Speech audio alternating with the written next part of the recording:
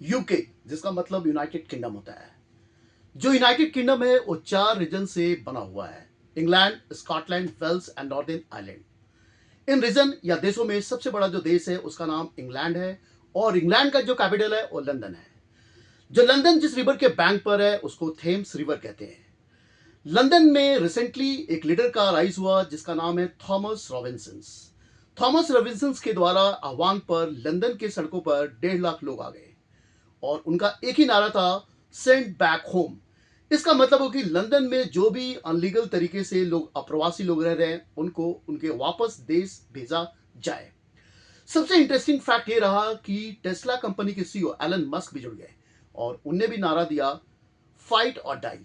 अगर इस समय अनलीगल माइग्रेंट के खिलाफ आपने फाइट नहीं किया तो कल आपको मरना पड़ेगा। इससे भी सबसे बड़ा इंटरेस्टिंग फैक्ट ये रहा कि इसके आह्वान पर पूरे के पूरे लंदन में अप्रवासियों के खिलाफ एक तरह से विद्रोह की शुरुआत हो गई है। रिसेंटली आप देखेंगे भारत में भी ऐसी स्थिति पैदा हुई जब लाल किला से प्रधानमंत्री के द्वारा डेमोग्राफिक मिशन की शुरुआत की गई है। डेमोग्राफिक मिशन का मेन ऑब्जेक्टिव है कि देश में जो भी घुसपैठी रह रहे हैं उनको वापस उनके देश में भेजा जाए।